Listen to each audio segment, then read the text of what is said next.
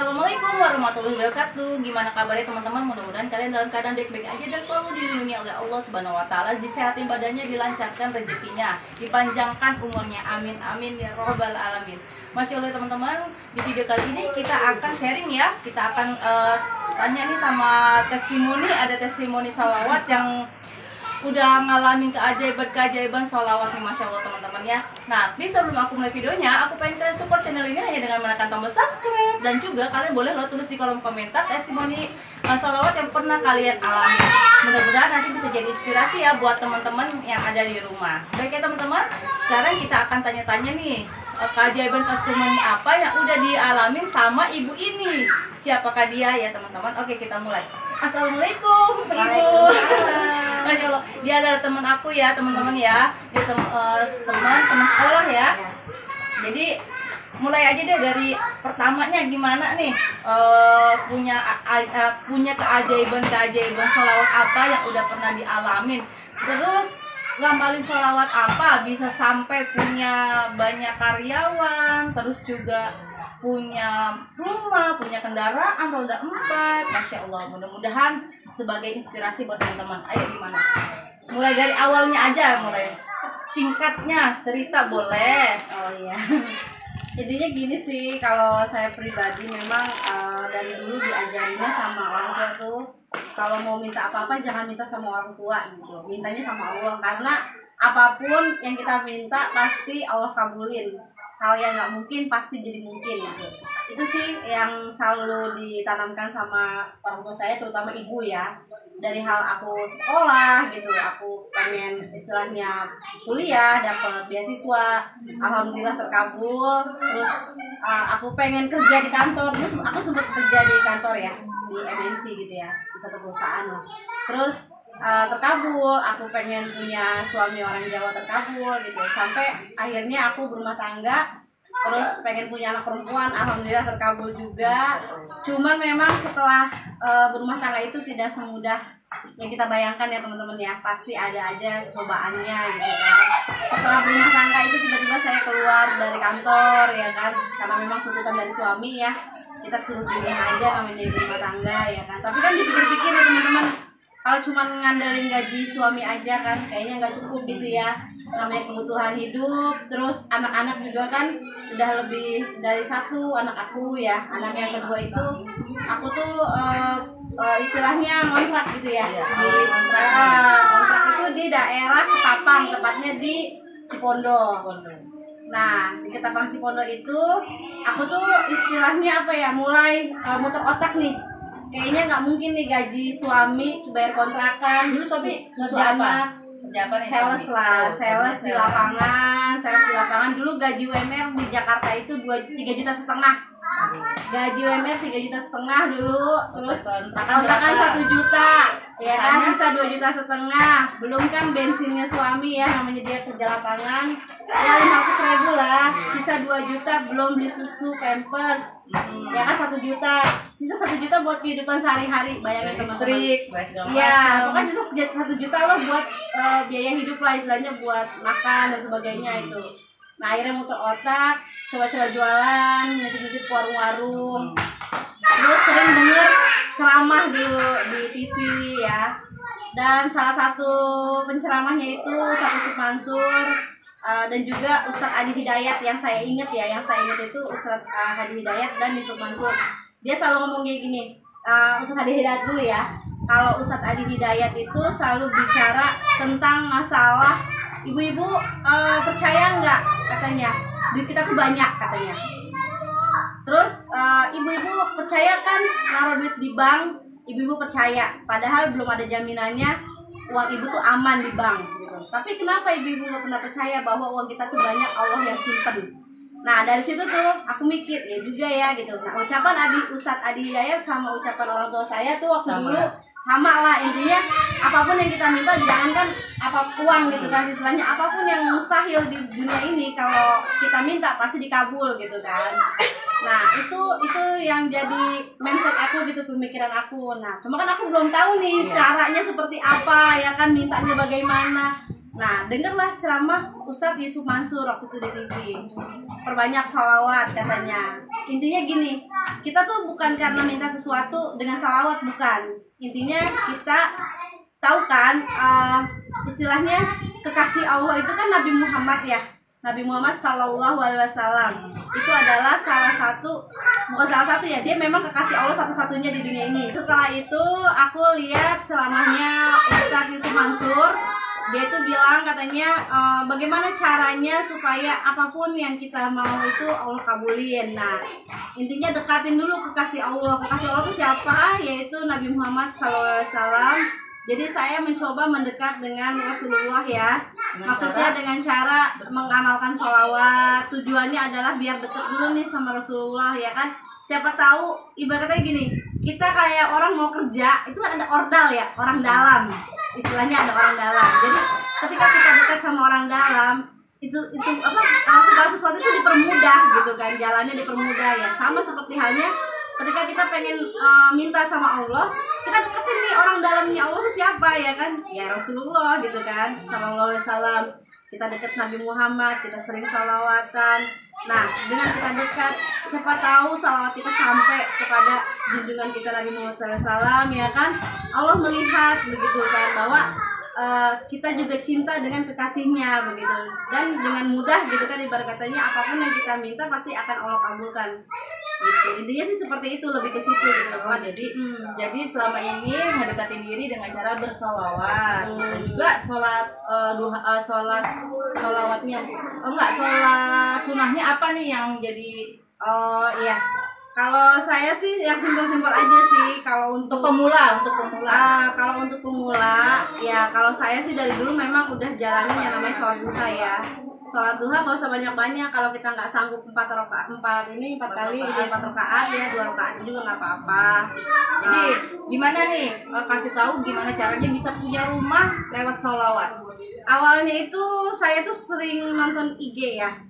Terus nuansa hijau, rumah nuansa hijau. Afirmasi nih, Ya, afirmasi dengan apa namanya, law of attraction gitu kan.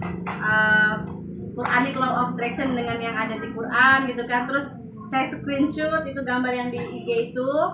Lalu setiap kali sholat saya bayangin saya punya rumah nuansa hijau, terus ada teras ya kan, ada apa namanya buat garasi mobil. Padahal belum ada mobilnya. Maksudnya di pikiran saya itu belum ada, intinya saya pengen punya rumah cuman udah ada garasinya gitu kan. Nah setelah itu setelah berselang 1 tahun saya ngamalin itu salawat ya, dan afirmasi yang kuat, pokoknya yang kuat ya.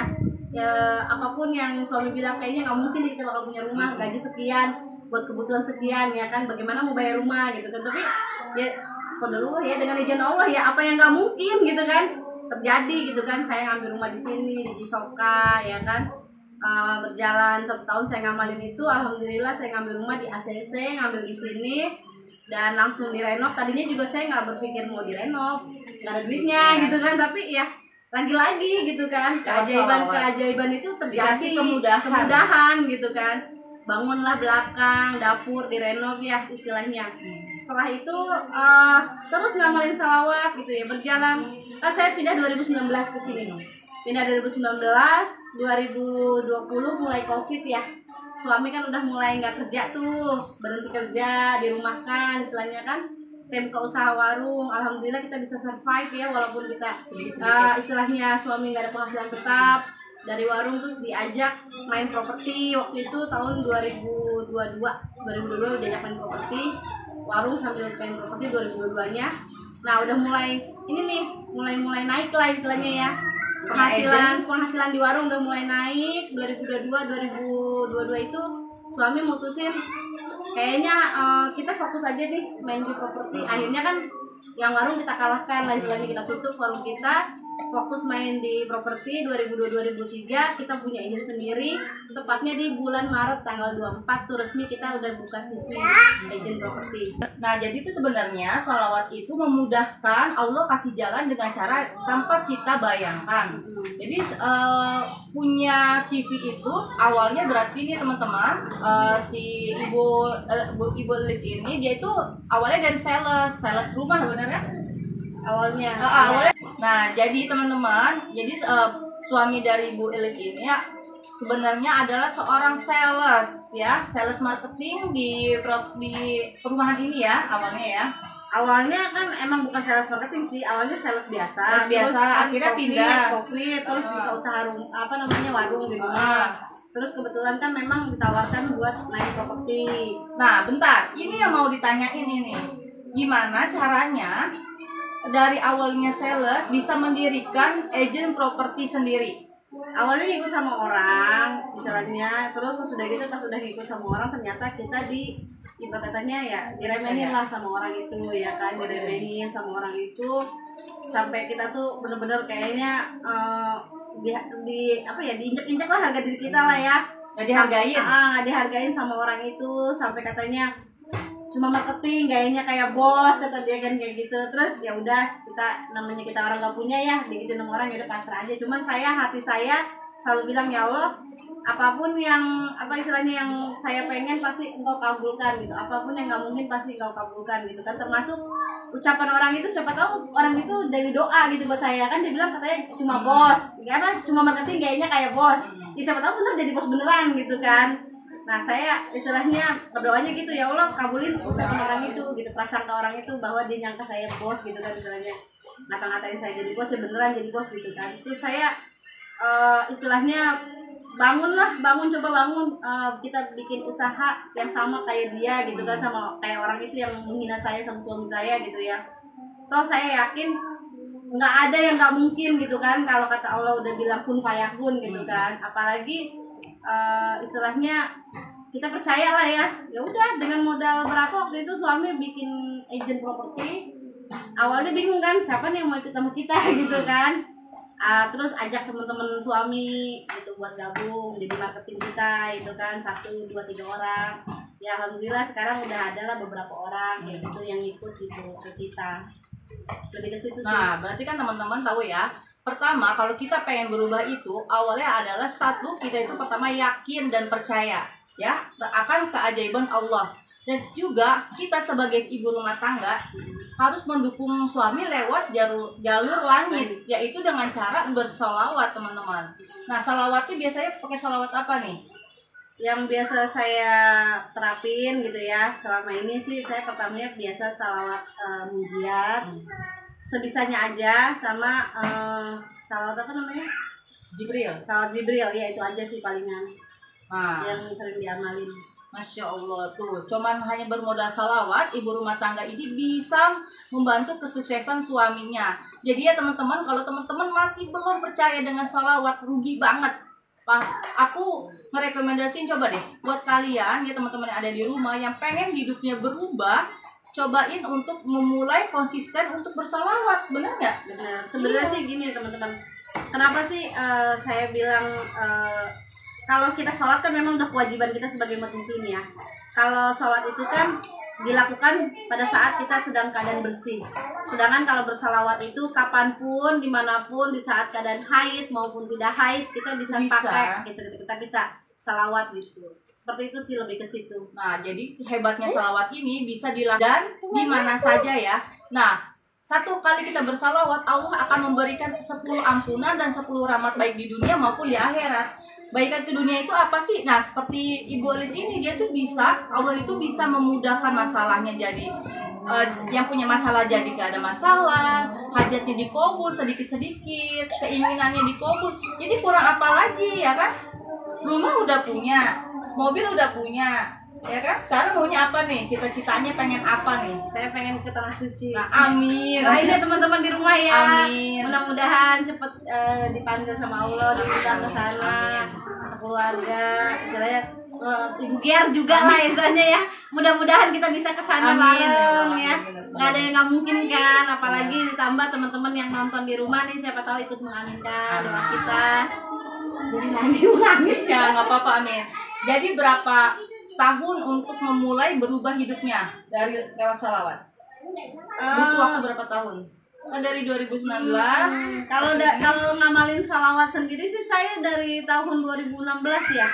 Kalau ngamalin salawat, tapi kalau untuk konsistennya. Kalau untuk sholat duha dan sebagainya memang udah dilakukan dari kecil, dari sekolah gitu. Sholat duha memang udah lakuin. Konsistennya? Cuman baru mengenal metode salawat itu di tahun 2016 lewat pencerahannya Ustadz Yusuf Mansur waktu itu. Yang ngasih informasi lah bahwa istilahnya jalur langit itu ada seperti ini, jadi ditambahin lagi gitu, ibadahnya nggak cuma sholat duha, nggak cuma sholat malam, tapi dengan cara kata kita mah apa, jalur ekspres ya, jalur ugal-ugalan lah, jalur ekspres dengan cara salawat kayak gitu. Nah, sedekahnya juga jangan lupa ya. Kalau ada rezeki sedekah Jumat, kalau memang nggak bisa sedekah Jumat, sedekah sama tetangga ya. Terus kalau misalnya kita ngelihat di jalan ada kayak ranting-ranting pohon, singkirin. Kayak itu juga Sebagai termasuk sedekah kan. kita mudahin jalan orang lain, nanti Allah mudahin jalan kita. Gitu sih, lebih ke situ sih. Terus juga berafirmasi. Afirmasi ya. Kalau afirmasi itu harus, karena dengan afirmasi itu kan kita punya keinginan. Jadi keinginan itu kan kalau kita diafirmasi terus menerus diulang-ulang, itu kan jadi keinginan yang kuat ya. Nah, dengan nggak sengaja itu akan memancarkan energi positif gitu. Ketika energi positif udah ada, otomatis semua rezeki dari arah manapun akan datang. Masya Allah. Oke teman-teman, perbincangan kita kali ini mudah-mudahan di video kali ini tuh sangat bermanfaat dan inspirasi buat teman-teman yang ada di rumah. Jadi buat kalian yang lagi terhimpit, yang lagi punya banyak masalah, yang lagi banyak kekurangannya, dan yang lagi butuhnya Allah, coba deh untuk lebih dekat sama Allahnya. Nanti suatu saat nanti Allah akan memudahkan kita gitu. Nah ini tuh Ibu Elis ini adalah salah satu testimoni salawat. Masya Allah.